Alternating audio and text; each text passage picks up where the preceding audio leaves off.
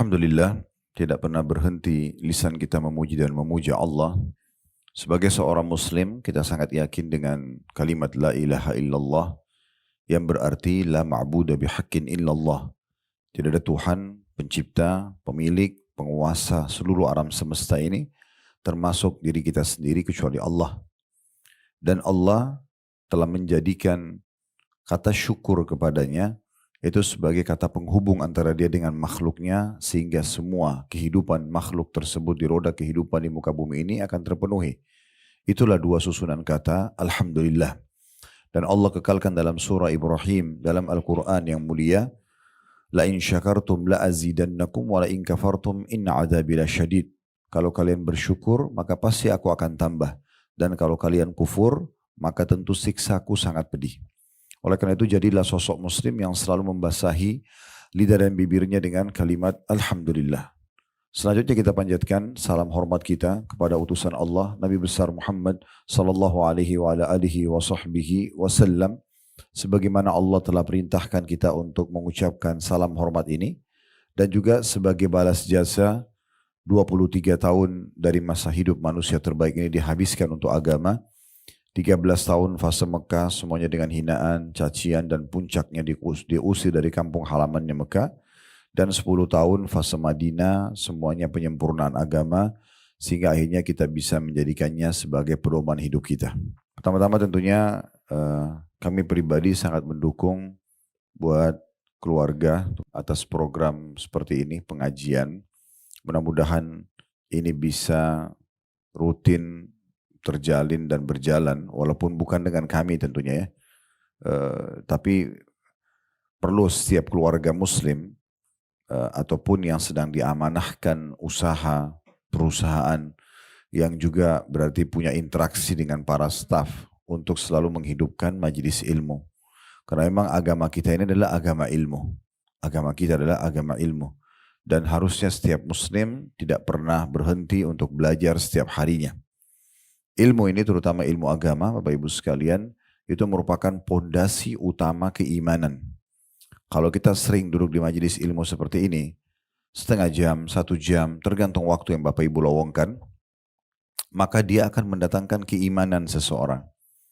Jadi terasa ada keimanan kepada Allah dalam hati, dan kalau iman sudah ada, dia akan mengubah seseorang itu menjadi orang yang lebih baik dari sebelumnya. Berapa banyak penjahat, pelaku kriminal bertaubat karena mereka duduk dalam majelis ilmu dan mendengarkan nasihat-nasihat dan petua para ulama, ya, para ustadz, para kiai. Misalnya. Dan juga berapa banyak orang yang pelit menjadi dermawan, orang penakut jadi pemberani, orang yang bodoh jadi pintar. Semuanya bisa berubah dengan keimanan itu. Bagaimana figur Umar bin Khattab radhiyallahu anhu, sahabat Nabi sebelum masuk Islam, dia sangat membenci Islam. Bahkan keluar setiap hari dari rumahnya hanya untuk menyiksa kaum muslimin. Tetapi subhanallah, hidayah masuk dalam hatinya setelah mendengarkan beberapa ayat dan membaca sendiri dari surah Taha, surah nomor 20 dalam Al-Quran, maka dia pun tersentuh secara keimanan. Akhirnya dia masuk Islam, dan setelah itu dia menjadi figur dan suri tauladan bagi kaum muslimin, bahkan bagi penduduk dunia. Dia sempat memimpin 10 tahun di masa kerajaannya, dari tahun 13 sampai tahun 23 Hijriah, itu memperluas wilayah kaum muslimin, di saat itu bisa menguasai hampir setengah dunia dengan menerapkan hukum Allah subhanahu wa ta'ala. Dan sekian banyak contoh-contoh dalam masalah ini. Ada dari kalangan tabi'in, seperti yang disebutkan namanya Fudail bin Iyad rahimahullah, ini dulu perampok jalan. Ya, kalau kita sekarang mungkin preman ya. Setiap orang lewat di wilayah yang dikuasai oleh Fudail bin Iyad, pasti orangnya dibunuh dan diambil hartanya. Tapi subhanallah, satu waktu Allah sentuh dia, karena dia mendengarkan salah satu firman Allah subhanahu wa ta'ala, apakah belum tiba masanya orang-orang beriman itu tersentuh hatinya untuk tunduk dan patuh kepada Allah. Maka dia pun merasa hatinya lunak. Kemudian dia mulai bertaubat dan akhirnya menjadi ulamanya muslimin. Kalau Bapak Ibu mencari tahu tentang definisi zuhud, bagaimana orang mendahulukan akhirat dari dunia, masalah ibadah, masalah penataan hati, maka kita akan temukan pasti ada nama Fudail bin Iyad. Dan sampai di masa kita sekarang sama. Berapa banyak orang yang duduk dalam majelis ilmu, mereka berubah menjadi orang lebih baik justru karena mendengarkan ilmu tersebut. Karena yang disampaikan wahyu. Qala Allah, qala Rasul. Allah berfirman, Rasulullah bersabda. Wahyu itu akan bicara dengan hati manusia. Secara otomatis insya Allah, orang juga secara akal sehat akan menangkap orang yang datang dalam majelis ilmu akan berbeda dengan majelis-majelis yang lainnya. Pasti otomatis mereka lebih ingin mendapatkan kebaikan, ingin berubah atau mengubah keadaannya. Selain majelis ilmu pasti akan beda sekali tujuan dan maksudnya. Jadi mungkin saya pribadi mendukung di setiap keluarga muslim, di setiap perusahaan, yaitu untuk selalu di setiap masjid tentunya tidak asing lagi untuk selalu menghidupkan majelis ilmu. Dan Nabi Muhammad SAW sangat gembira dengan orang-orang yang datang untuk mendengarkan ilmu agama. Karena ini panduan hidup. Kita jadi tahu mana yang boleh kita nikmati, mana yang tidak boleh. Apa yang harus kita kerjakan dan apa yang tidak boleh kita kerjakan. Itu ilmu agama. Maka beliau selalu mengatakan kepada para orang yang datang menuntut ilmu, marhaban bitalabatil ilm. Selamat datang kepada para penuntut ilmu. Jadi Bapak Ibu harus pahami ini adalah pondasi dasar agama kita. Dan kata Nabi SAW, talabul ilmi faridatun ala kulli muslim. Menuntut ilmu agama, duduk mendengarkan pengajian seperti ini, itu faridah, kewajiban bagi setiap muslim, laki-laki dan perempuan, anak-anak atau orang tua. Dan tidak ada waktu, tidak ada batas waktu dalam belajar. Kalau pernah dengar nama ini alhamdulillah, kalau belum pernah dengar, ini adalah seorang ulama besar. Namanya Abu Yusuf, orang ini adalah muridnya Abu Hanifah. Abu Hanifah salah satu dari 4 imam madhab yang terkenal. Ada Abu Hanifah, ada Imam Malik, ada Imam Syafi'i, ada Imam Ahmad. Nah, Abu Hanifah ini punya seorang murid yang sangat saleh dan ilmunya sangat luas.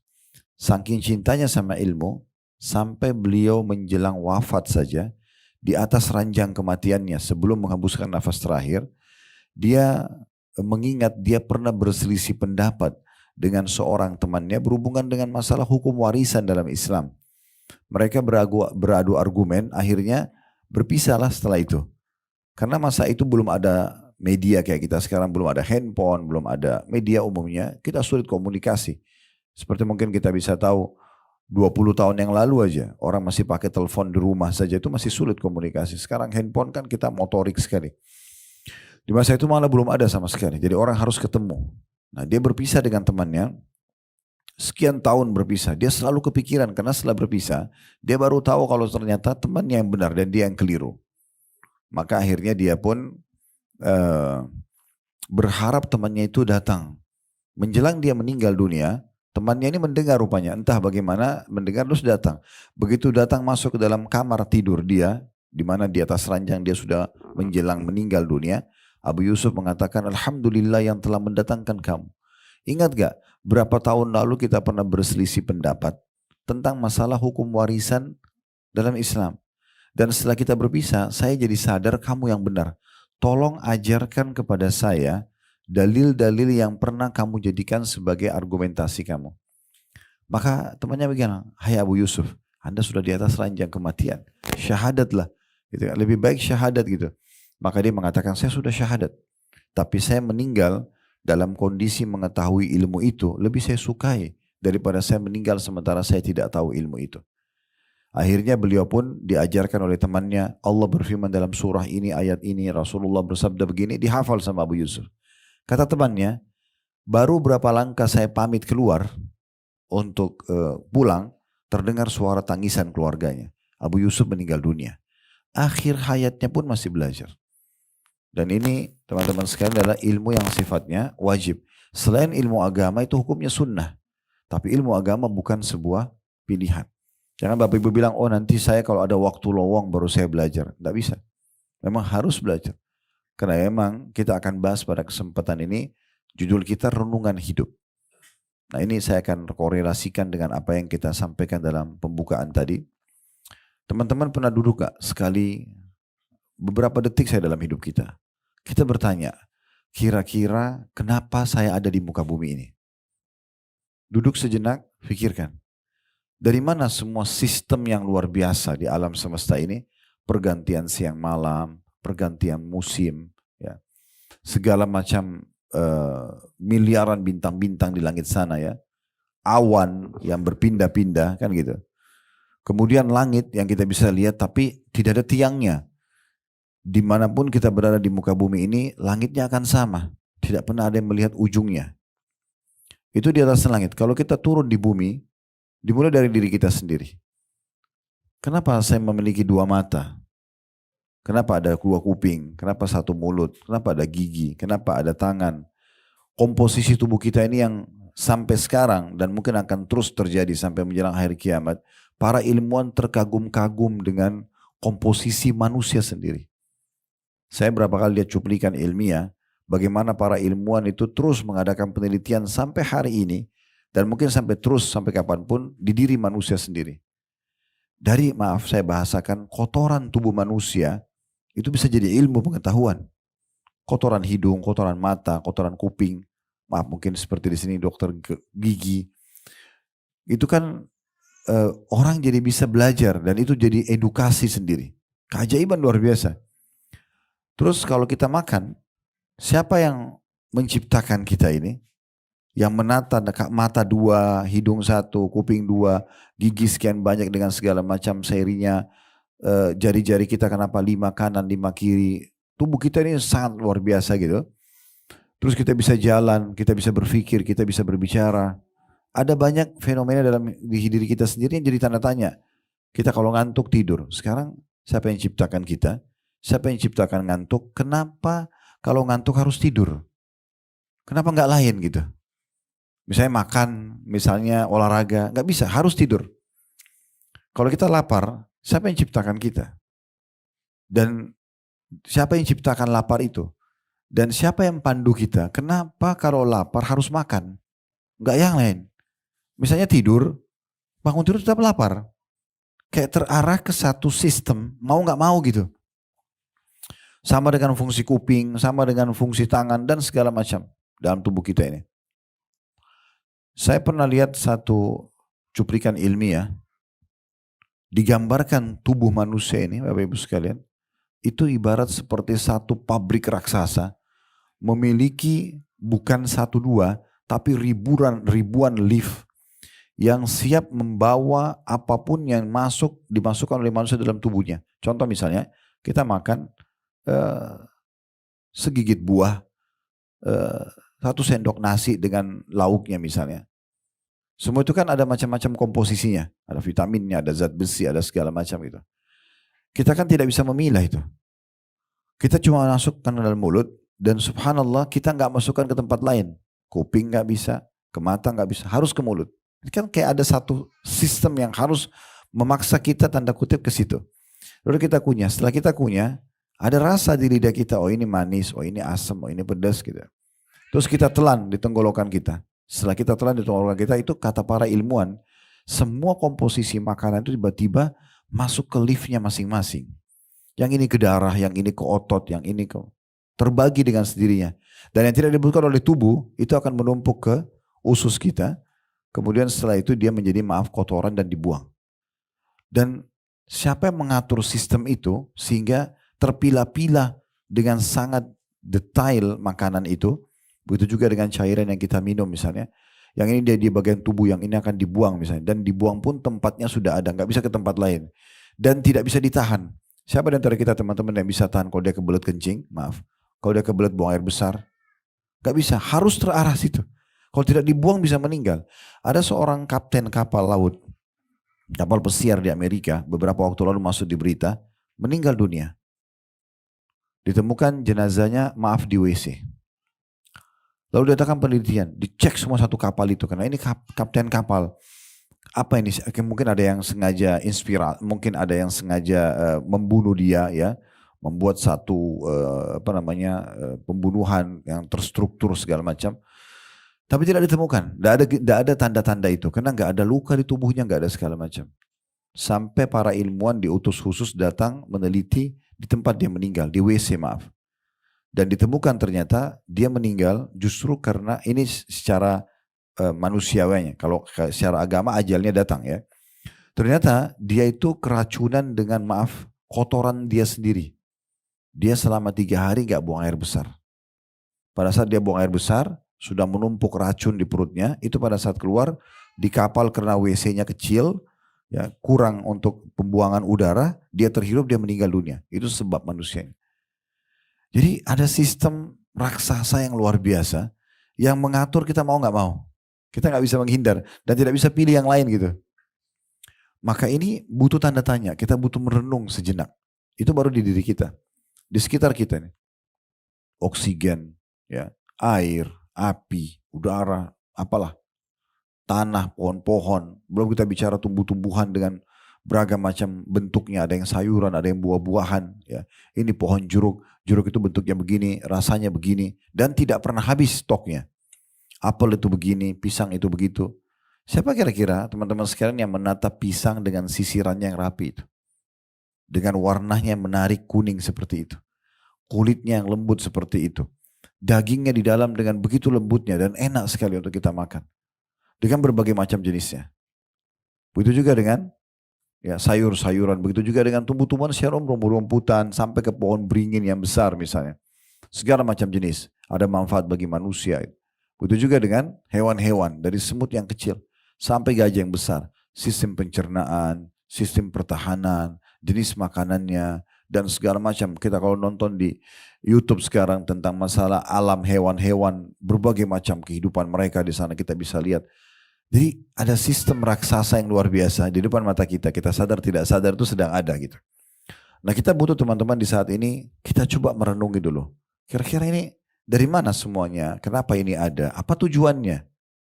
Apa tujuannya? Kenapa kita pagi hari bangun kayak tadi, terus kemudian kita mulai aktivitas, mata kita melihat, telinga mendengar, bibir dan lidah mengecap dan mengucap, tangan menjamah, kaki melangkah, semua dengan fungsinya masing-masing.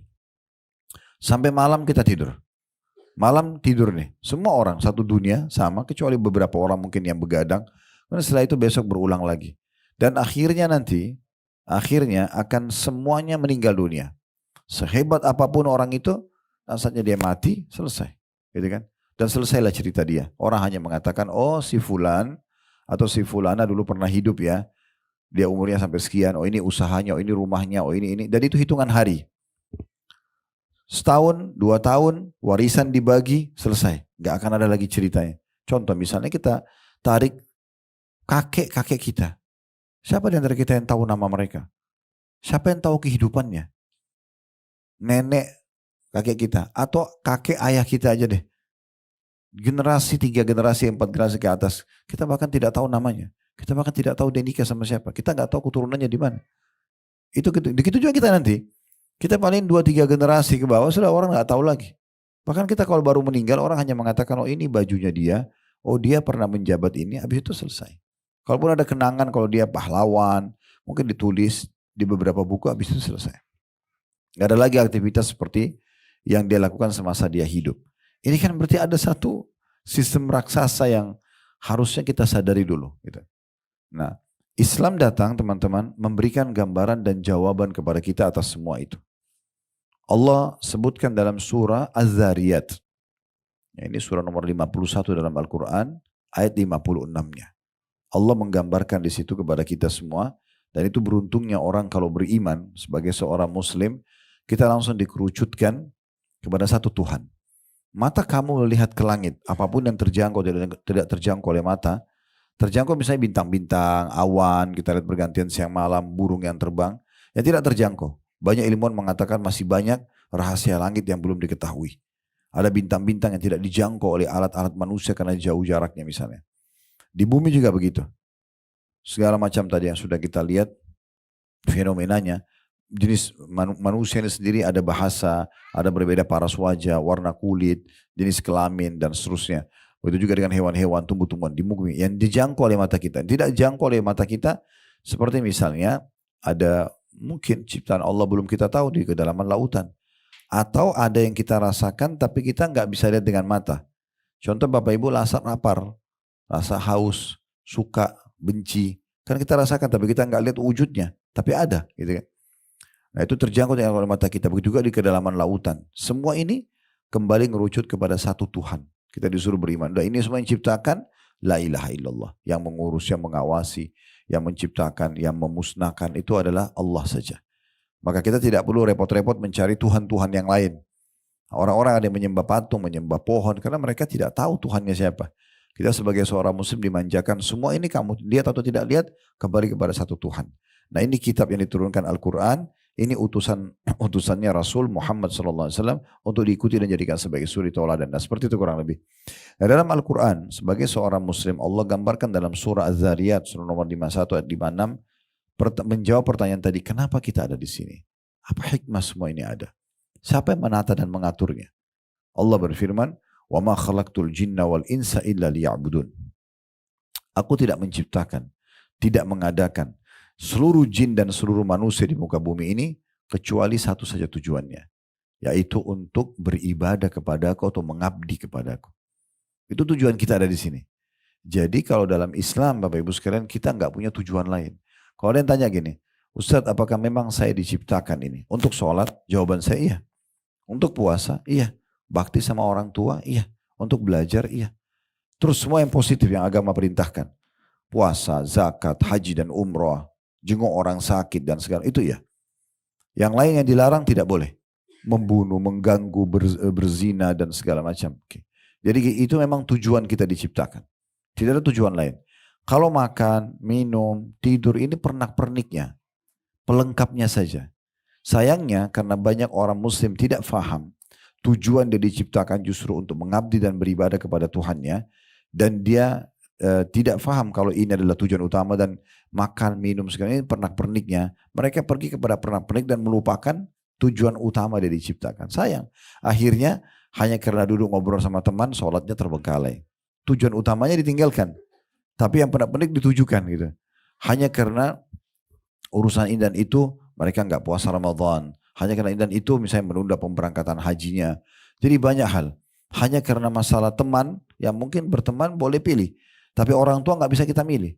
Lalu dia pilih untuk pilih temannya daripada bakti sama orang tuanya. Ini kan semua karena tidak paham tentang masalah tujuan dia diciptakan. Kita juga perlu renungi teman-teman sekalian firman Allah Subhanahu wa taala yang lain. Saya coba bacakan beberapa ayat-ayat Al-Qur'an yang menggambarkan ini. Di antaranya di dalam surah Al-Mu'minun surah nomor 23 ayat 115. Kalau teman-teman nanti buka Al-Quran di saat lagi tadabbur, lagi merenungi makna-maknanya di rumah, bisa dibaca Al-Mu'minun surah nomor 23 dari ayat 99 sampai 115. Tapi kita akan coba baca 115 yang Allah mengatakan, "Afahasibtum annama khalaqnakum abathan wa annakum ilaina la turja'un?" Apakah kalian mengira wahai para manusia, kami ciptakan kalian sia-sia? Ada di muka bumi ini omong kosong aja, buang-buang waktu, tidak ada yang bermanfaat, misalnya dikerjakan, malah melakukan pelanggaran-pelanggaran yang Allah larang, dan kalian mengira kalian tidak akan kembali kepada kami, tidak akan diminta pertanggungjawaban? Itu nggak mungkin. Ya. Ibnul Jauzi, Ibnu Qayyim al-Jauzi rahimahullah berkata, makna daripada ayat ini, apakah kalian diciptakan tanpa ada maksud dan hikmah, tidak untuk beribadah kepada Allah, dan juga tanpa alasan dan balasan dari sisinya? Kan betapa nihilnya kehidupan teman-teman. Kalau kita baik sama orang tua kita baik sama tetangga, kita suka memberi, ya, kita senyum dengan orang, kita berbuat baik, lalu tidak dapat balasannya. Kan nihil sekali gitu ya, kayak hampa kehidupan. Atau kita berbuat jahat, kita kejam sama orang, zalim dengan bawahan kita misalnya karena kita punya power, atau pemimpin pada masyarakatnya, lalu tidak dihukum, itu kan berarti aneh sekali ya. Allah berfirman mengatakan, "Wa may ya'mal mithqala dzarratin khairan yarah." Ketahuilah, siapa saja dari kalian berbuat satu kebaikan seperti biji sawi akan diperlihatkan dan akan terima balasannya. Wa may ya'mal mithqala dzarratin syarran yarah. Siapa yang berbuat seperti biji sawi dari keburukan juga akan diperlihatkan dan akan dihukum kepadanya. Semua teman-teman sekalian, nikmat yang teman-teman rasakan, misalnya kita makan makanan enak, kita minum, istirahat, kita pakai baju yang enak. Ini semua miniatur surga, balasan nanti yang abadi di akhirat. Semua yang kita rasa nggak enak, gangguan orang atau mungkin kita pernah keseleo atau pernah kena beling kakinya atau apa, itu adalah miniatur siksaan neraka. Itu akan ada. Kita kalau kerja, kita kerucutkan supaya lebih kita pahami poin ini. Kalau kita kerja di satu perusahaan, bukankah seseorang yang patuh dan melaksanakan tugas dengan baik sebagai staf akan dapat bonus dan gajinya? Bukankah sebaliknya orang-orang yang membangkang, telat datang, gak mau kerjakan pekerjaan akan kena hukuman? Itu realita depan mata kita. Nah begitulah sebenarnya itu kecilnya. Lingkup lebih besarnya akan ada. Ada yang akan menilai dan akan memberikan balasan terhadap perbuatan kita. Karena kalau tidak, manusia tidak akan bergerak. Kalau dia kerja ternyata nggak ada balasannya, mungkin dia tidak akan semangat untuk kerja. Atau kalau orang berbuat pelanggaran, mengganggu orang lain, mengambil yang bukan haknya, lalu tidak ada hukumannya, mungkin kriminal akan di mana-mana. Tidak akan ada ketenangan kita rasakan. Nah ini semua menggambarkan kepada kita. Ibnu Qayyim, saya ulangi kembali, mengatakan makna daripada surah Az-Zariyat tadi, surah nomor 51 ayat 56, dan surah Al-Mu'minun surah nomor 23 ayat 115. Apakah kalian mengira aku tidak ciptakan jin dan manusia kecuali untuk mengabdi dan beribadah kepadaku? Dan apakah kalian manusia mengira bahwasanya kami ciptakan kalian sia-sia tanpa ada tujuan, tanpa ada balasan, tanpa ada balasan kebaikan dan tanpa hukuman terhadap pelanggaran? Dan kalian tidak akan dikembalikan kepada kami? Kata beliau, apabila kalian diciptakan, apakah kalian diciptakan tanpa ada maksud dan hikmah, tidak untuk beribadah kepada Allah, dan juga tanpa ada balasan terhadap kebaikan dan keburukan? Jadi ibadah itu punya tujuan, sebagaimana Allah Subhanahu wa taala juga menyebutkan ayat yang ketiga surah Al-Qiyamah tentang hari kiamat, ya. Kalau teman-teman mau coba mulai menyentuh secara keimanan, bisa mulai baca terjemahan surah-surah pendek di juz 30 aja. Di akhir Al-Quran, ya. Baca aja beberapa ayat-ayat Al-Quran. Kalau belum baca ayat bahasa Arabnya, baca terjemahannya aja. Termasuk diantaranya tentang surah Al-Qiyamah ini, ya. Juz 28, 29, 30 itu pendek-pendek, tidak panjang. Di antaranya ayat 36-nya Allah mengatakan, ayahsabul insanu ayyutraka sudah. Apakah manusia itu mengira mereka akan dibiarkan begitu saja tanpa pertanggungjawaban? Semua akan ditanya. Apa kata Nabi Muhammad SAW kepada para sahabat untuk mengingatkan mereka? Ingat, air dingin yang kalian minum, Allah akan tanyakan kepada kalian hari kiamat apakah kalian syukuri atau tidak. Semua akan ditanya sama Allah SWT. Tidak ada yang sesuatu yang sia-sia begitu saja. Kalau kita makan dari yang halal, kemudian kita bersyukur, dapat. Sudah dapat makanannya, dapat minumnya, kita dapat balasannya juga. Tapi kalau orang kufur selalu menganggap tidak ada nikmat itu, memungkirinya atau bahkan tidak berbagi dengan orang lain dan seterusnya, maka akan ada juga konsekuensi daripada semua itu. Imam Syafi'i menanggapi surah Al-Qiyamah ayat 36 ini, teman-teman sekalian, beliau mengatakan la yu'mar wala yanha. Apakah mereka menganggap manusia bahwasanya mereka tidak akan diperintah dan dilarang? Hidup begitu saja? Nggak ada perintah yang wajib, tidak ada yang sunnah, atau tidak ada larangan-larangannya. Juga beliau mengatakan, atau ulama lain mengatakan, la yuthabu wa la yu'aqab. Mereka mengira bahwasanya mereka tidak akan dibalas dari kebaikan yang mereka lakukan. Dan mereka juga tidak akan dihukum terhadap apa yang mereka langgar. Tanda tanya ini. Artinya ini pemahaman yang sangat keliru. Ya. Tidak mungkin itu terjadi semuanya tanpa ada tujuannya. Teman-teman sekalian, supaya lebih dalam kita memahami. Karena kan ini kita bicara berarti mengabdi kepada Allah, ya. Allah tidak nampak dengan mata kita. Tetapi banyak sekali bukti kalau Allah sebagai pencipta. Supaya lebih jelas dulu, kita datangkan Tuhan-Tuhan selain Allah. Fir'aun yang sampai sekarang muminya masih ada di museum di kota Kairo. Saya pun pernah bawa jemaah travel kami untuk datang ke sana dan melihat, ya, mumi itu, karena Allah kekalkan dalam Al-Quran. Hari ini kami selamatkan jasadmu hai Fir'aun agar menjadi tanda-tanda kebesaran kami bagi seluruh manusia.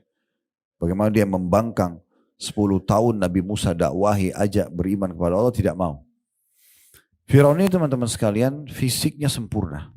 Tampan, tinggi, kekar, kaya raya, raja, keturunannya banyak, ya. Di awal Nabi Musa bergabung di istananya memang belum ada anaknya, tapi setelah itu punya keturunan banyak dia. Dan pasukannya itu pada masa itu belum bisa ada yang mengalahkan. Karena itu Fir'aun ngaku sebagai Tuhan. Saya Tuhan. Jadi tidak ngaku ada Tuhan Allah. Dia ngaku dia Tuhan. Dialah Tuhan. Karena semua yang dia pikir kekayaannya banyak, kerajaannya luas, semua orang tunduk sama dia. Uniknya masyarakat Mesir waktu itu mengiyakan ketuhanan dia.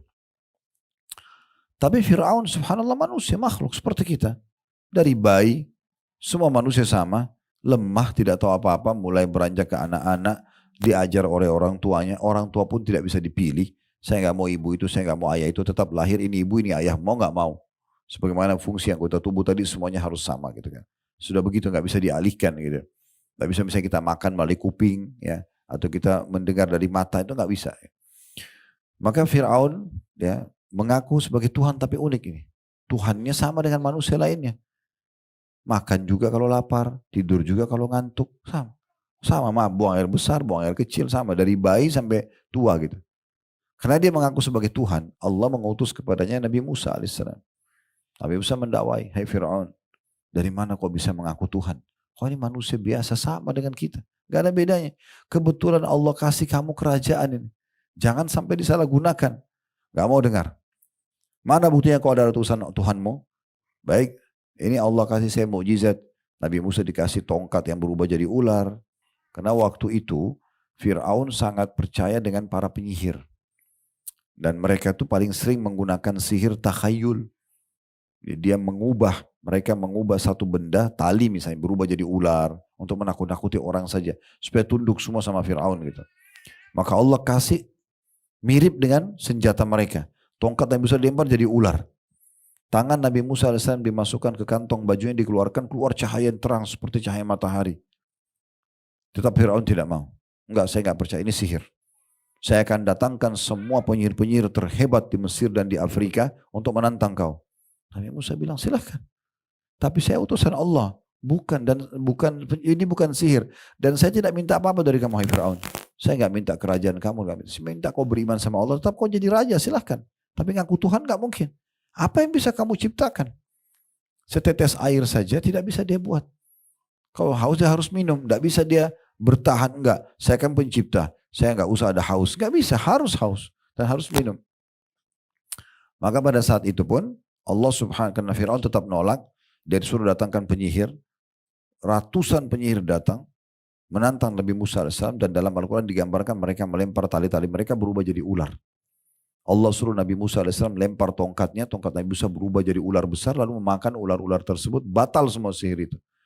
Dan semua penyihir Fir'aun sujud dan mengatakan kami beriman kepada Allah. Karena mereka tahu ini bukan sihir. Karena sihir itu cuma khayalan saja. Maka Fir'aun marah.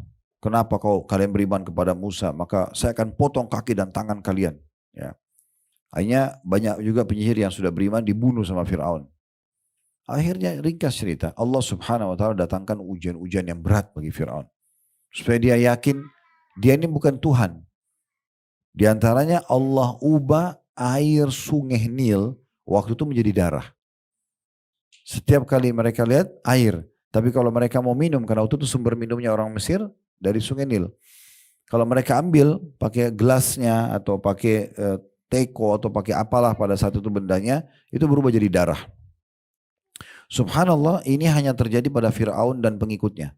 Nabi Musa sama pengikutnya tidak. Kalau mereka mau minum air biasa. Itu terjadi pada saat itu. Diskusilah mereka, ini dari mana nih? Apa yang menyebabnya? Kenapa jadi darah?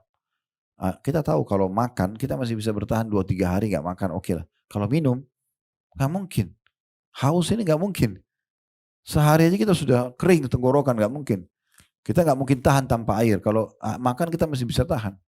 Ya.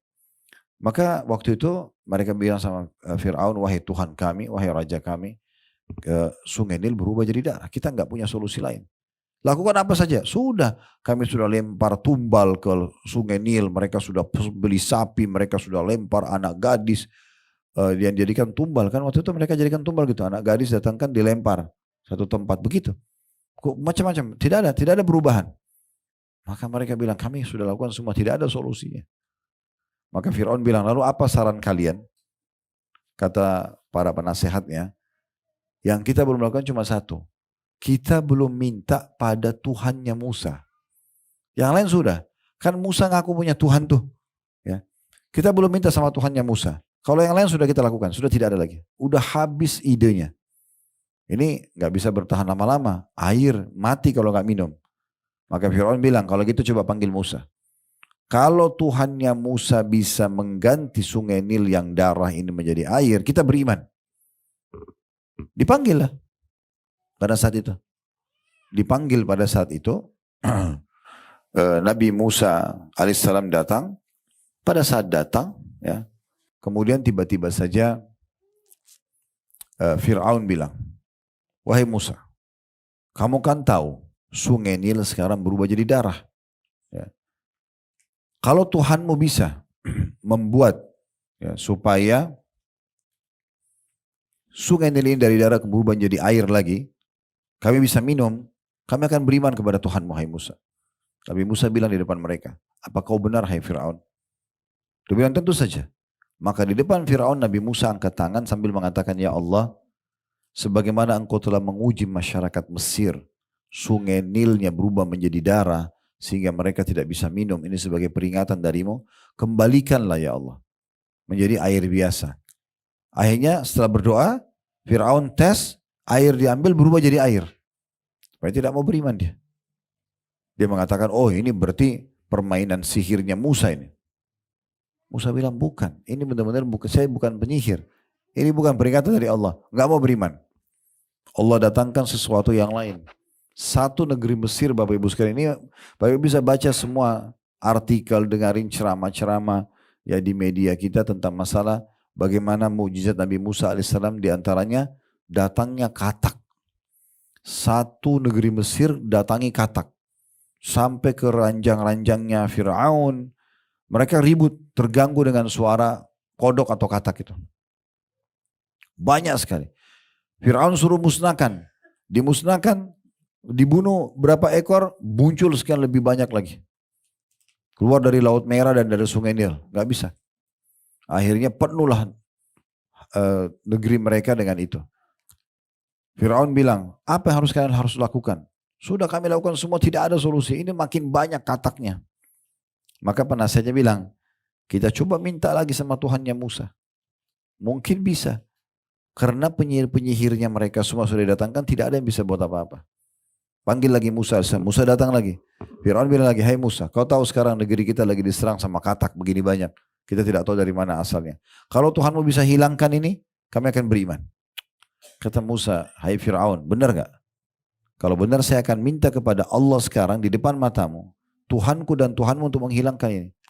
Dan aku cuma ajak kau beriman kepadanya. Setelah itu, tetap kau dengan kerajaanmu, tetap dengan kalian. Tidak ada yang ganggu kerajaan kamu ini. Cuma beriman kepada, jangan aku Tuhan. Baiklah. Nabi Musa AS berdoa di depan Fir'aun, ya Allah hilangkanlah kata-kata ini sebagai ujian bagi masyarakat Mesir. Depan mata mereka, kata itu semuanya kayak bersatu ke satu arah menuju ke Laut Merah sama Sungai Nil. Masuk dalam air, hilang semua. Bersih Mesir. Fir'aun mengatakan, oh ini sihirnya Musa. Begitu terus. Terus saja. Satu demi satu semua mukjizat Allah ditolak sama dia. Sampai akhirnya sudah banyak orang yang yakin bahwasanya Musa kan bukan ngaku Tuhan, beda sama Fir'aun. Musa cuma mengajak kepada Tuhannya dia pun tunduk sama Tuhannya. Maka sudah mulai banyak orang beriman, akhirnya Fir'aun jengkel, harus dibunuh nih Musa.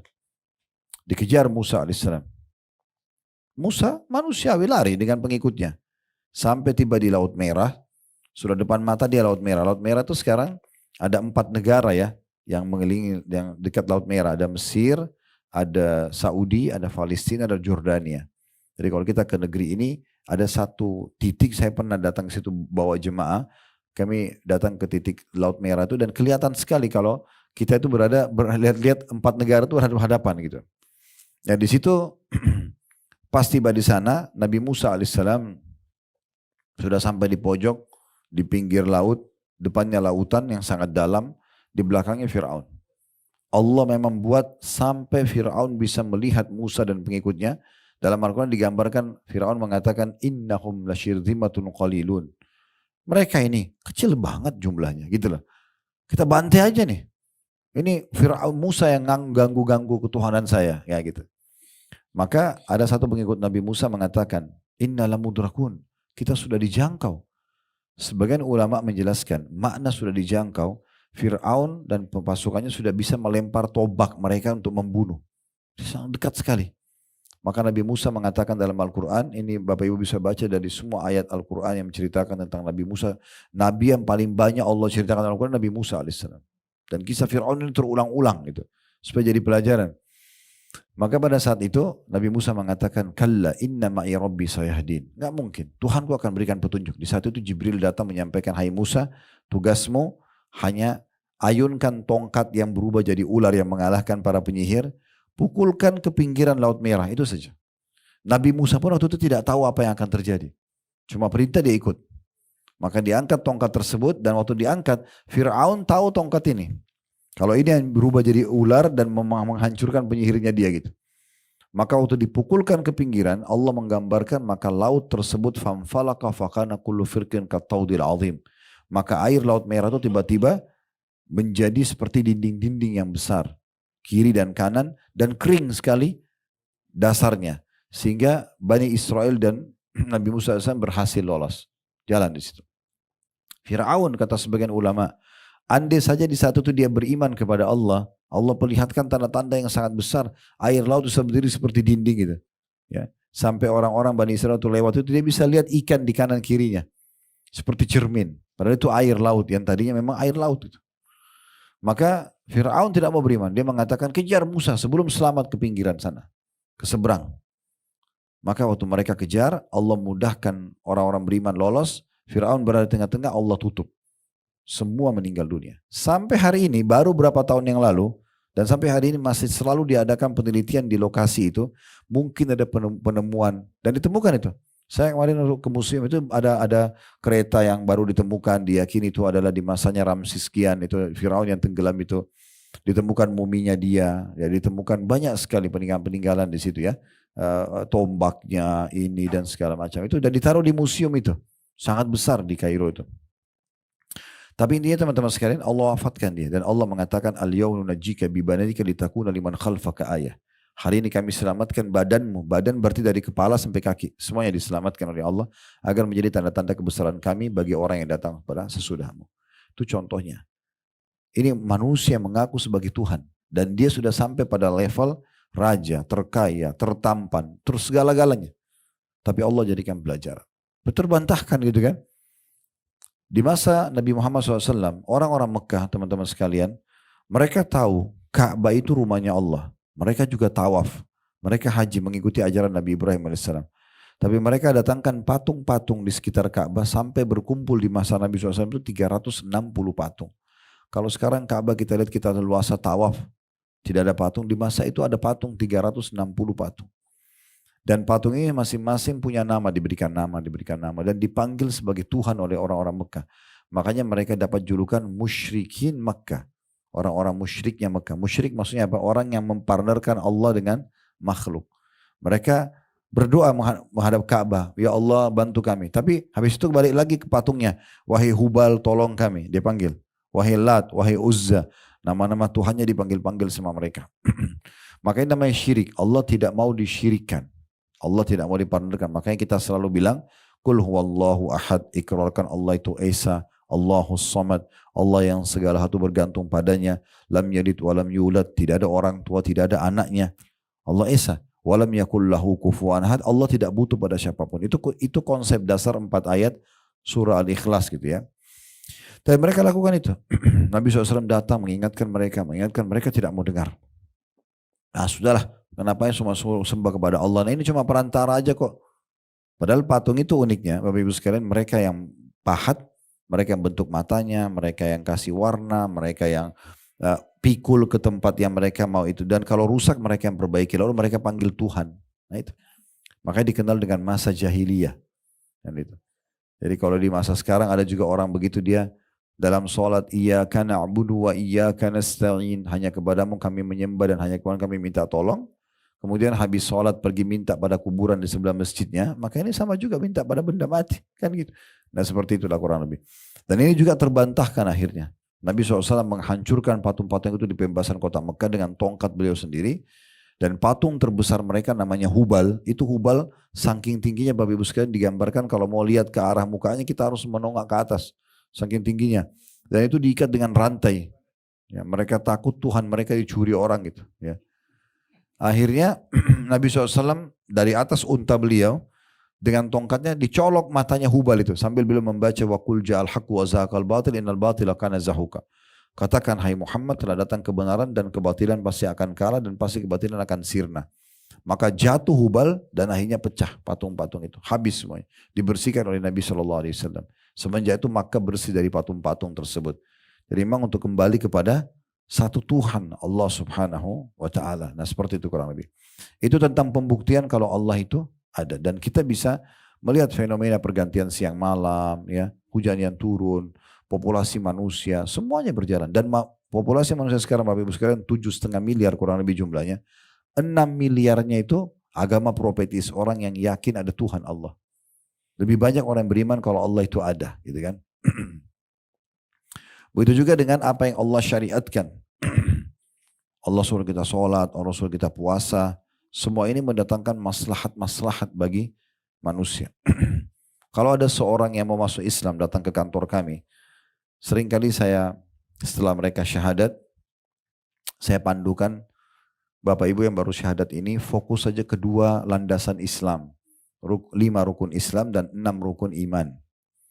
Rukun Islam setelah syahadat ini berarti tinggal fokus ke 4-nya. Ngerjain sholat. Ada rupanya sebagian orang Bapak Ibu sekalian tidak mau masuk Islam karena dia bilang orang Islam sholatnya banyak banget itu. Sehari 5 kali. Itu alasannya. Ada juga pernah alasan begitu. Lalu saya jelaskan. Sebelum itu tentu yang masuk Islam ini bukan karena dia mengatakan sholat banyak. Tapi saya jelaskan hampir semua yang masuk Islam saya jelaskan itu. Kalau yang di tangan kami. Lalu saya jelaskan. Saya bilang kalau seandainya Anda ini bekerja di satu perusahaan.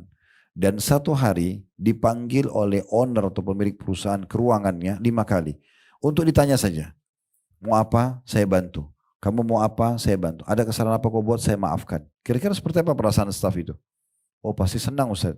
Oke. Senang. Bagaimana tidak senang? Sehari 5 kali dipanggil dan mau dipenuhi kebutuhannya apa saja minta dikasih. Kesalahan apapun dimaafkan. Nah itu hakikat sholat itu sendiri. Sholat itu cuma absensi. Subuh ke duhur kita mungkin aktivitas, makan, bekerja segala macam. Ada mungkin kesalahan, kita tinggal melapor di duhur dimaafkan. Karena antara sholat dengan sholat kata Nabi SAW pembersihan dosa di antara keduanya.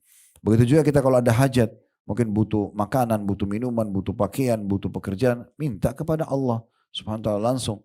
Berdoa di antara azan dan iqamah biasa dengar ya, ada waktu mustajab ya, waktu diterima 2 menit, 3 menit, 5 menit tinggal minta ya Allah tolong. Tidak ada melalui sekretaris, nggak ada melalui apa-apa. Tinggal kita sendiri. Alhamdulillah, wassalatu wassalamu ala rasulillah. Puji Allah sedikit, Alhamdulillah. Baca salawat kepada Nabi SAW. Sampaikan hajat. Ya Allah sembuhin penyakit saya, kemudian urusan saya dan segala macam. Selesai, clear. Sehari 5 kali. Jadi sholat itu maslahatnya buat si hamba itu. Bukan buat Allah Subhanahu Wa Taala. Supaya dia bisa bergantung dan minta kepada Tuhannya. Allah ingin kita manja. Minta, merengek. Gitu kan. Dalam doa, ya, menyampaikan hajat kepada Allah Bapak Ibu sekalian, berdoa dalam kondisi minta dipertahankan nikmat yang sedang ada, itu lebih afdal dibandingkan kita lagi ada masalah minta solusinya. Jadi misalnya kita lagi sehat nih, pekerjaan lagi ada.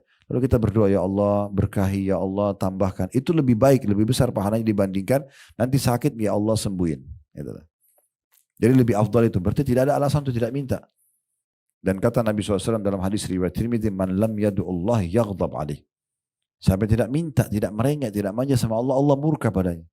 Sampai seorang penyair Arab mengatakan, jangan kau minta sama manusia. Karena kalau kau minta sama manusia, maka dia akan marah. Kita minta sekali, diizinkan. Oke, 2 kali, 3 kali, 10 kali. Orang akan bilang, ini orang kenapa minta-minta terus kan gitu. Tapi mintalah kepada Allah, yang kalau kau tidak minta dia marah. Kita tidak berdoa malah Allah marah kepada kita. Dan kata Nabi SAW, minta segala sesuatunya kepada Tuhan kalian Allah, sampai kepada hal yang terkecil pun, diantaranya tali sendal kalian yang putus. Minta kepada Allah. Libatkan Allah SWT dalam segala kehidupan kita. Nah itu hakikatnya ibadah. Makanya Umar bin Khattab, kalau pernah jalan, tali sendalnya putus. Dia angkat tangan ke langit, ya Allah gantiin tali sendal saya. Tinggal pertanyaannya, bagaimana saya tahu kalau doa saya diijabah? Sekarang misalnya saya sakit, ya Allah sembuhin saya. Apakah Allah lemparin obat dari langit? Enggak. Mungkin maaf yang belum menikah, oh mudahin jodoh saya. Apakah Allah lemparin manusia? Enggak. Ya Allah, dia tidak ada duit. Ya Allah mudahin rezeki buat saya. Allah lemparin duit dari langit? Enggak. Allah sudah buat satu sistem, Bapak Ibu sekalian, namanya diistilahkan dengan sunnatullah. Sistem yang Allah buat gitu ya. Nah sistem ini nanti, kita tidak luput dari situ walaupun kita berdoa sama Allah. Kayak misalnya, kita bilang ya Allah sembuhin saya. Allah nggak lemparin obat, tapi Allah buat kita dengan akal sehat kita, hati nurani kita. Kita jadi berpikir dengan ilmu pengetahuan yang tersebar di kalangan manusia. Oh kita berobatnya ke dokter, kan gitu. Ya udah, kita ngobrol sama seorang teman atau kerabat, saya sakit kepala, saya sakit ini, sakit itu, misalnya sakit gigi, terus dikatakan, oh setahu saya ada dokter yang bagus di sana. Terus kita ke sana, konsul cocok, resep cocok. Apakah dokter sama ini yang sembuhin? Enggak. Allah SWT yang sembuhin, makanya semua dokter tulis semoga lekas sembuh. Kan tidak ada dokter resepnya pasti sembuh kan? Kan enggak ada. Contohnya. Jadi itu sistem yang Allah sudah buat. Sekarang dia ini tak rezeki. Tiba-tiba ada teman yang tawarin, tuh perusahaan saya lagi buka pendaftaran. Ada yang tawarin ajak bisnis sama-sama. Itu kan sinyal daripada jawaban doa kita.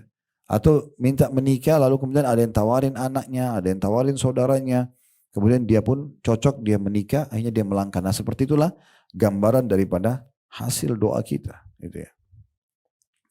Baik Bapak Ibu sekalian, itu contoh saja di dalam ibadahnya. Begitu juga itu sholat tadi. Begitu juga dengan zakat. Harta yang dikeluarkan setahun sekali dari orang kaya kepada orang miskin. Setahun sekali. Zakat fungsinya mensucikan pendapatan kita. Karena misalnya kayak di klinik ini, mungkin kami juga ada restoran di Condet. Kita kan tidak mungkin nanya orang kalau datang, ini uang kamu halal dah yang kamu pakai bayar. Kan gak mungkin, capek benar kalau setiap pasien datang kita tanyain begitu kan. Terus gimana caranya kalau ada yang datang, maaf ini ya, ini contoh saya. Ada yang datang, uang dari pelacuran, uang dari pencurian. Kita nggak mungkin nanya, caranya gimana? Allah datangkan satu sistem nih, keluarin zakat setahun sekali. Zakat itu untuk mensucikan pendapatan. Kita kan tidak tahu. Setahun sekali. Kalau yang setiap hari kita keluarkan untuk menambah, namanya sedekah. Beda, sedekah sama zakat, beda fungsi. Zakat untuk mensucikan pendapatan. Jadi kalau ada yang bercampur baur yang haram, bersih dengan 2,5% itu. Kalau sedekah, ini untuk memperbanyak. Makin banyak kita keluarin, makin banyak juga datang gitu ya. Nah seperti itu. Itu juga dengan puasa Ramadan. Setahun sekali. Ini masa terapi kesehatan. Bukan penyiksaan itu. Makanya semua orang Islam kalau dia betul dengan keimanan, dia tidak akan terbebani dengan Ramadan kan. 11 bulan Bapak Ibu sekalian kita bebas makan, minum, panas, dingin, asam. Istirahat dong, servis. Itu Ramadan servisnya itu. Servis kesehatan gitu kan. Sebulan kita puasa, tujuannya untuk itu, untuk kesehatan sebenarnya. Selain dia ibadah kepada Allah Subhanahu Wa Taala. Makanya kita kalau tiba Idul Fitri, kalau sudah sebulan puasa, kadang-kadang kita bertamu di rumah kerabat, makan sedikit ketupat, sudah kenyang. Karena ususnya sudah kecil lagi. Udah dilatih Ramadan, gitu kan. Untuk kesehatan, nanti 11 bulan dipakai lagi ke depan, puasa lagi, kan gitu. Haji sekali seumur hidup. Bukan dibebankan, kalau mampu silakan sekali seumur hidup. Yang kedua, yang ketiga itu sudah sunnah. Tapi yang wajibnya cuma sekali. Jadi ringan sekali. Saking ringannya ibadah kepada Allah dan melaksanakan Islam ini. Pernah ada satu orang di masa Nabi Muhammad SAW, Bapak Ibu sekalian. Orang ini masih non muslim, belum masuk Islam. Dia datang ke masjid Nabi lalu dia bilang begini. Siapa Muhammad di antara kalian? Kata Nabi Muhammad SAW, saya. Waktu itu Nabi kebetulan muttaki. Muttaki itu kaki beliau lagi ngelonjor. Terus siku kanannya ditaruh di tanah lagi ngobrol santai dengan sahabat. Terus orang itu mengatakan, saya ingin bertanya, apakah boleh? Kata Nabi SAW, silahkan. Orang itu bilang begini, siapa yang meninggikan langit? Langit begini nih, di atas kepala kita ini siapa? Nabi SAW jawab dengan tenang dan yakin, Allah. Siapa yang menghamparkan bumi? Sampai seperti ini. Bisa dicocok tanami, bisa dibangun di atasnya, bisa diambil hasilnya. Ini siapa yang buat? Nabi jawab Allah. Terus dia bilang lagi, siapa yang tancapin gunung-gunung di atasnya sehingga bumi ini tidak goyang sana sini, stabil gitu. Maka kata Nabi SAW, Allah. Orang ini lalu mengucapkan kata-kata kata para ulama, teman-teman sekalian. Nabi SAW lagi santai tiba-tiba duduk serius. Karena pertanyaan luar biasa. Orang ini bilang, saya tanya kepada anda wahai Muhammad, atas nama Allah yang meninggikan langit, yang menghamparkan bumi, yang menancapkan gunung-gunung. Apakah Allah yang mengutus anda kepada kami? Maka Nabi SAW lagi duduk santai, duduk langsung. Ini serius nih pertanyaannya. Benar gak ini anda utusan Allah nih? Ada yang saya mau tanya setelahnya. Maka kata Nabi SAW sambil duduk, iya. Orang itu bilang lagi, saya tanya kepada anda atas nama Allah yang meninggikan langit, menghamparkan bumi, menancapkan gunung-gunung. Apakah Allah menyuruh anda menyampaikan kepada kami agar kami sholat 5 waktu? Ini aja, subuh, duhur, asar, maghrib, isya. Gak disebutin sholat-sholat sunnahnya, ini sholat wajibnya aja. Karena kalau wajib ini dikerjakan sudah selamat sebenarnya. Sunnah itu tambahannya kan gitu. Sholat duha, sholat malam, tahiyat masjid, wudu, ini semua tambahan. Sholat wajib ini 5 waktu. Satu sholatnya maksimal 10 menit. Subuh 10 menit, duhur, asar, maghrib, isya. Kalau dikali berarti 50 menit. Kita masih punya 23 jam plus 10 menit waktu untuk yang lainnya gitu ya. Maka apakah Allah mengutus anda untuk itu? Nyampaikan kepada kami. Kata Nabi SAW, iya. Baik, saya tanya lagi atas nama Allah yang meninggikan langit, menghamparkan bumi, menancapkan gunung-gunung. Apakah Allah yang perintahkan kepada anda untuk menyampaikan kepada kami agar orang kaya kami mengeluarkan hartanya kepada orang miskin kami? Zakat. Kata Nabi SAW, iya. Saya tanya lagi atas nama Allah yang meninggikan langit, menghamparkan bumi, menancapkan gunung-gunung. Apakah Allah memerintahkan anda untuk menyampaikan kepada kami agar kami puasa Ramadan sebulan penuh dalam setahun sekali? Kata Nabi SAW, iya.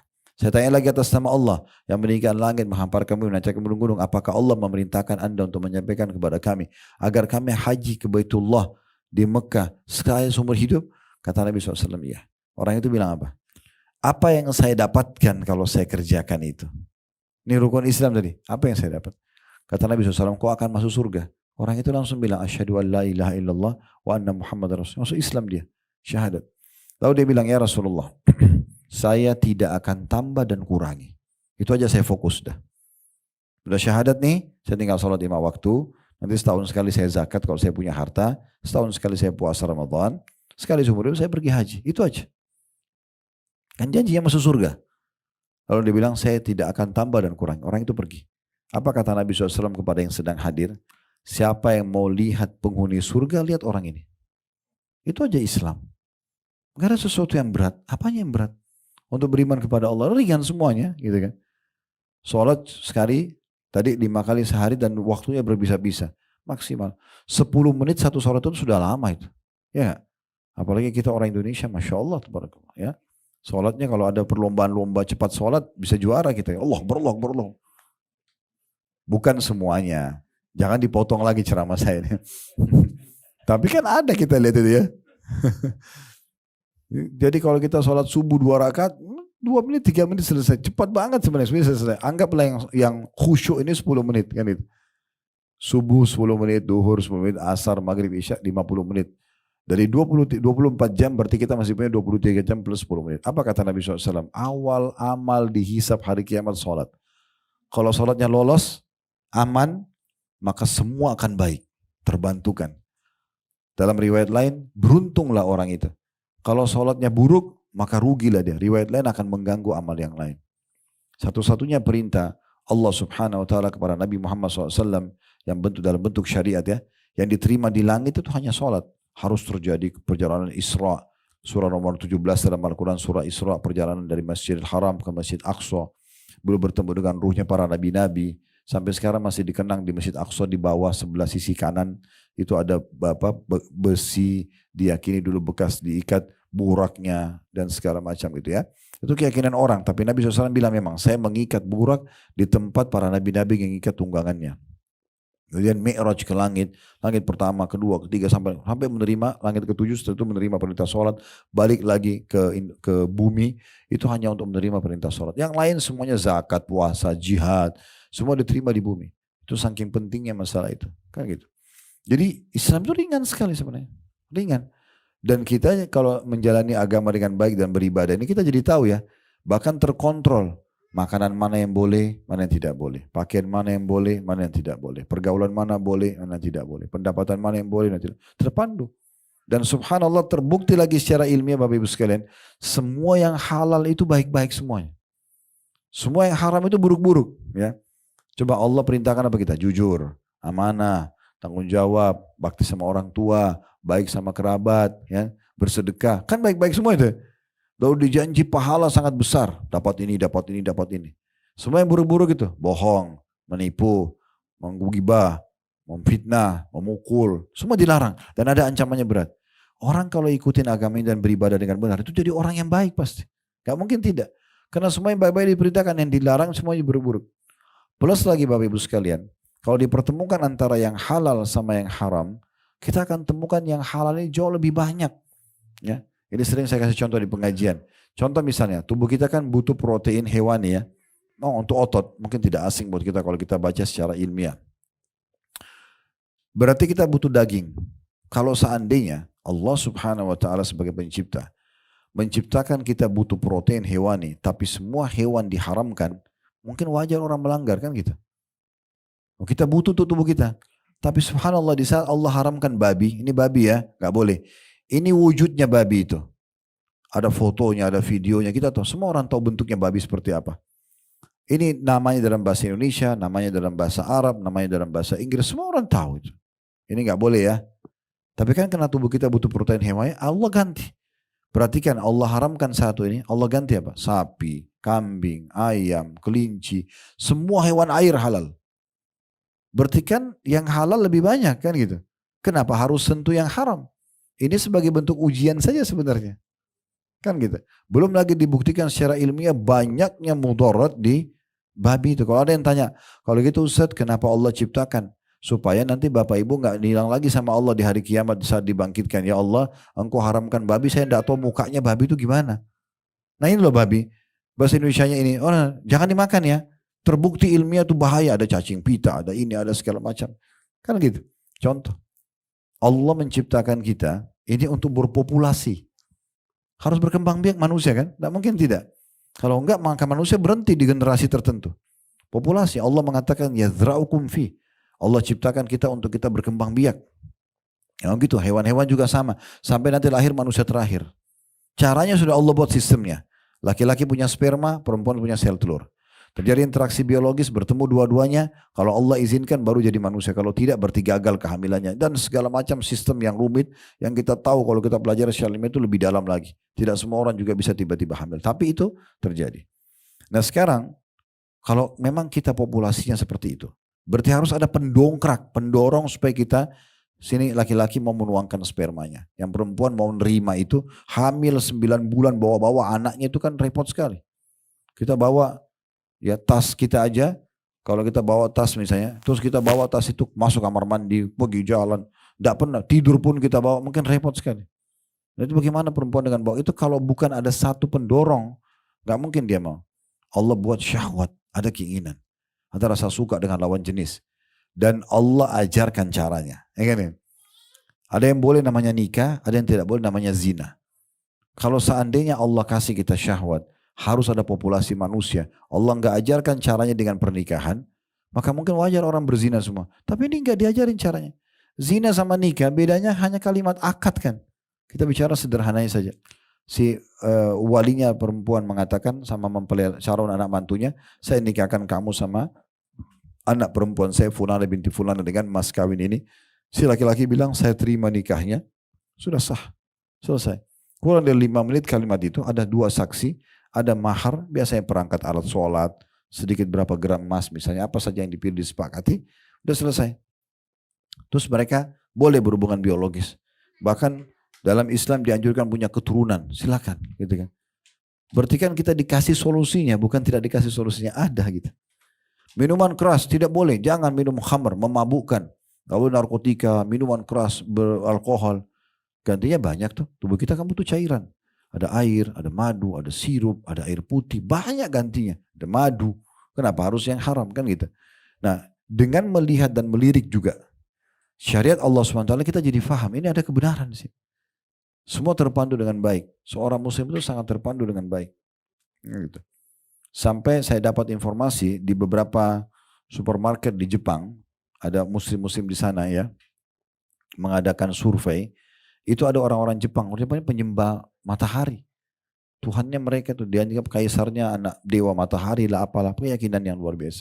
Saya pernah diundang oleh KBRI kita di sana Ramadan beberapa tahun yang lalu, saya 10 hari, hampir setiap hari kita ceramah gitu kan, sampai menjelang 10 hari di Tokyo, saya tidak ke kota lain waktu itu.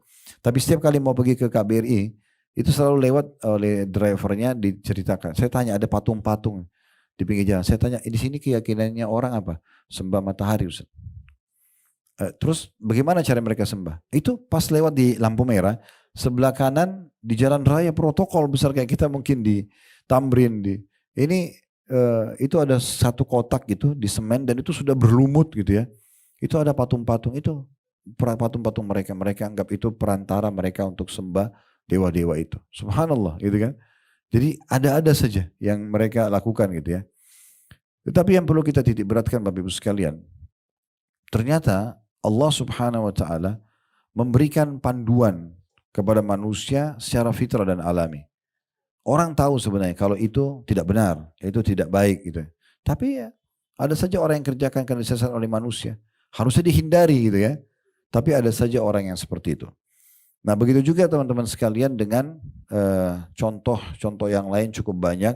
Yang sebenarnya kalau kita kembali kepada syariat Allah Subhanahu wa taala, kita tahu kita terpandu dengan baik, ya. Nah, di Jepang ini tadi saya kembali, rupanya ada beberapa musim mengadakan survei di supermarket khusus makanan kaleng yang ada label halal. Itu orang-orang penyembah matahari pun beli itu. Sampai ditanya, kenapa Anda beli makanan yang ada label halalnya? Jawabannya mereka alami sekali.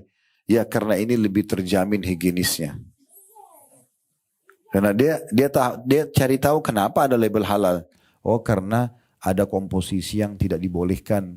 Kalau yang berbahaya bagi kesehatan manusia itu ditolak oleh umat Islam. Jadi mereka ambil kesimpulan sudah beli aja itu kalau gitu. Itu terjadi.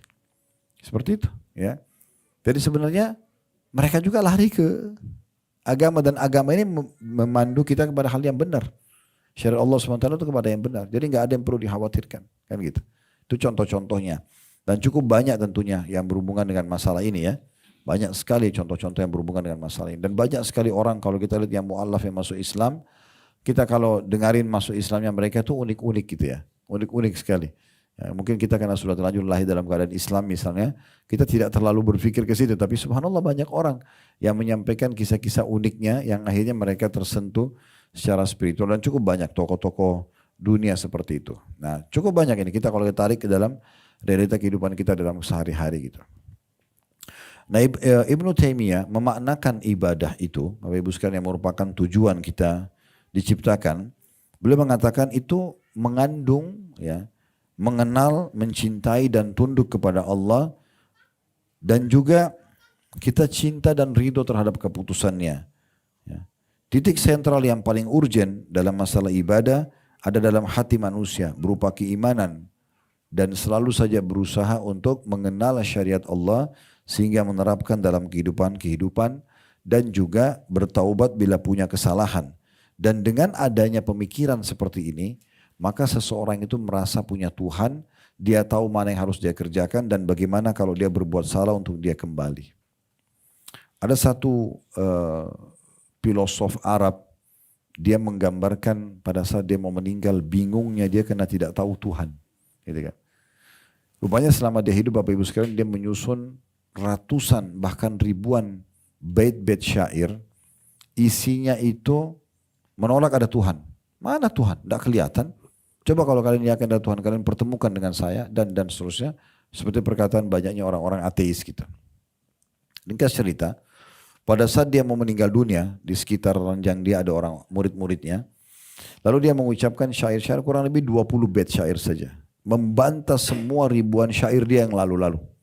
Dia sendiri yang bilang gitu. Di antara potongnya dia mengatakan, jitu wala adri min aina jitu.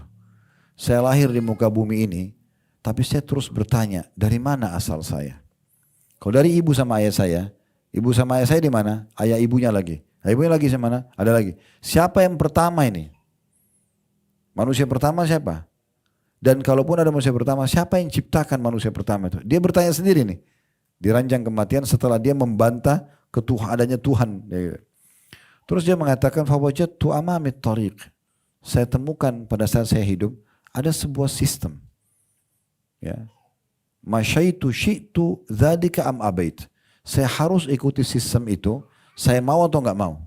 Tadi saya kasih contoh kan kalau makan melalui mulut, melihat melalui mata, telinga mendengar, ada sistem. Saya mau enggak mau harus ikutin itu. Ya. Ngantuk tidur, enggak bisa makan. Lapar harus makan, enggak bisa tidur. Harus itu sistem kan gitu. Dia bilang mau enggak mau. Lalu dia mengatakan, kalau saya berbuat baik, kira-kira siapa yang menilai perbuatan saya baik dan apa balasannya? Siapa yang akan membalas? Kayak jujur, kayak amanah. Kalau saya berbuat buruk, siapa yang menilai itu buruk dan siapa yang akan menghukum saya? Lalu dia mengatakan, lastu adri. Saya benar-benar bingung, Lalu dia mengatakan, apakah hidup saya masih panjang atau pendek? Kalau saya mati, Apa setelah kematian ini? Ada apa setelah kematian itu? Gitu. Apakah ada kehidupan lagi di sana? Gitu. Saya tidak tahu, saya tidak tahu. Kemudian dia tutup terakhir syairnya, dia mengatakan apakah teka-teki ini ada yang punya jawabannya atau tidak. Lalu dia meninggal dalam kondisi tidak tahu apa tujuan hidupnya, kenapa dia ada dan segala macam. Meninggal, dia bantah sendiri syair-syairnya dia. Kita sudah dipandu untuk itu. Tinggal kita menjalankan perintah Allah Subhanahu wa taala, kita nikmati yang dihalalkan, meninggalkan yang haram, maka kita akan sesuai dengan real tujuan kita diciptakan Bapak Ibu sekalian. Nah, dari sini kita ambil juga sebuah kesimpulan penting teman-teman sekalian, bahwasanya kalau ada orang ya yang justru memilih selain tujuan daripada dia diciptakan ini, berarti pasti akan beda jalannya. Saya akan tutup dengan ini rasionalnya. Di muka bumi ini ada dua jalan, tidak ada jalan yang ketiga. Ini dipandu dalam agama Islam. Satu jalan yang benar, satu jalan yang salah. Jalan yang benar jalannya Allah. Yang tadi sudah panjang lebar kita jelaskan ya.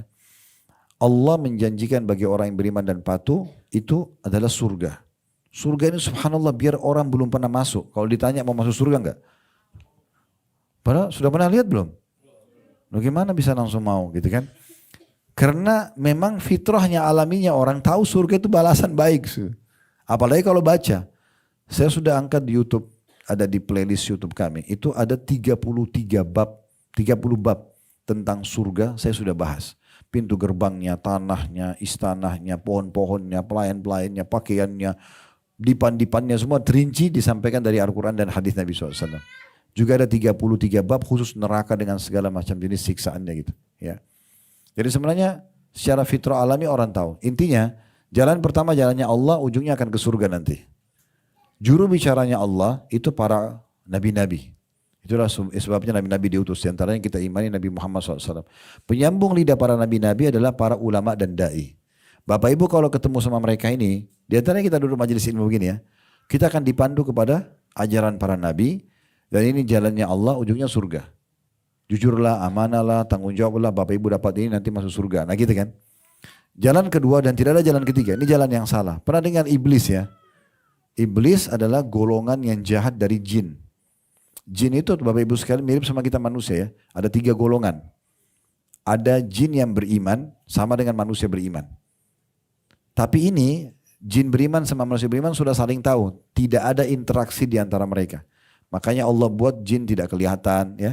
Jadi gak usah kita berteman sama mereka, gak usah nikah sama mereka, gak usah jual beli sama mereka. Mereka punya alam itu ada. Sebagaimana kita manusia ada, jin juga ada ya. Mereka juga ada pasarnya, ada jihadnya, ada perang, ada seperti kita manusia, cuma kita tidak nampak. Itu dua sisi. Orang beriman. Ada juga jin yang fasik. Jin fasik ini jin yang masih banyak buat dosa, walaupun dia muslim. Seperti di alam manusia juga ada kan? Ada manusia fasik. Dia sholat tapi dia masih zina, dia sholat tapi dia masih ini dan masih ada dosanya. Namanya fasik. Yang ketiga, jin kafir. Di manusia juga ada yang kafir. Nah, di alam jin ini yang fasik sama kafir namanya syaitan. Namanya syaitan. Jadi semua syaitan pasti jin, tidak semua jin itu syaitan. Bisa difahami ya? Harusnya connect karena sebentar mungkin mau makan siang ini. Jadi di alam jin itu Bapak Ibu ada dakwah, ada jihad, ada segala macam. Di seperti kita ya.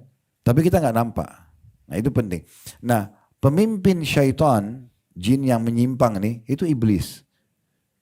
Allah gambarkan dalam Al-Quran bagaimana dia membangkang tidak mau sujud kepada Adam. Allah laknat dia, diturunkan, dia akan dimasukkan dalam neraka. Nah, dia janji dia akan sesatkan anak Adam. Itu sudah diceritakan panjang lebar, sudah dibeberkan sama kita.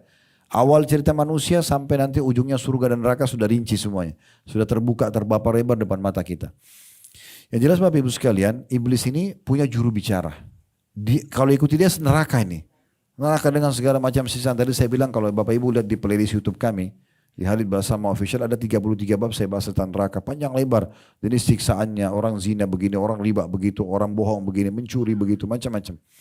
Yang jelas itu sudah disampaikan semuanya. Nah, orang kalau ikuti iblis ke neraka. Nah, iblis ini juru bicaranya dukun, peramal, penyamun, penyihir, dan ahli maksiat. Kita kalau berteman sama mereka dibawa ke jalan iblis ke neraka. Tidak ada jalan ketiga. Kita tentuin dari sekarang. Kan gitu. Nah, ini renungan hidupnya Bapak Ibu sekalian. Jadi bagaimana kita memahami kita ada di sini buka bumi karena ada tujuan utama. Jangan keluar dari rel tujuan utama itu. Sehingga akhirnya kita dapat panduan hidup selama di dunia. Dan juga di akhirat kita dapat balasan yang terbaik. Dan jangan sampai sesat ini salah jalan dengan jalan iblis. Akhirnya menuju ke jalan-jalan yang keliru dan diajak untuk maksiat kepada Allah Subhanahu Wa Taala. Terlebih lagi tadi saya bilang sebagai penutup juga. Semua yang Allah perintahkan dan Allah ajarkan benar, bagus. Dan yang diajak selain daripada itu yang dilarang buruk. Maka iblis mengajak kita pada yang buruk. Kita sudah tahu tuh bohong gak baik. Kalau dibohongi orang gak enak. Kita juga bohongi orang kita gak dipercaya. Kan gitu. Allah perintahkan kita jujur misalnya. Dan gitu.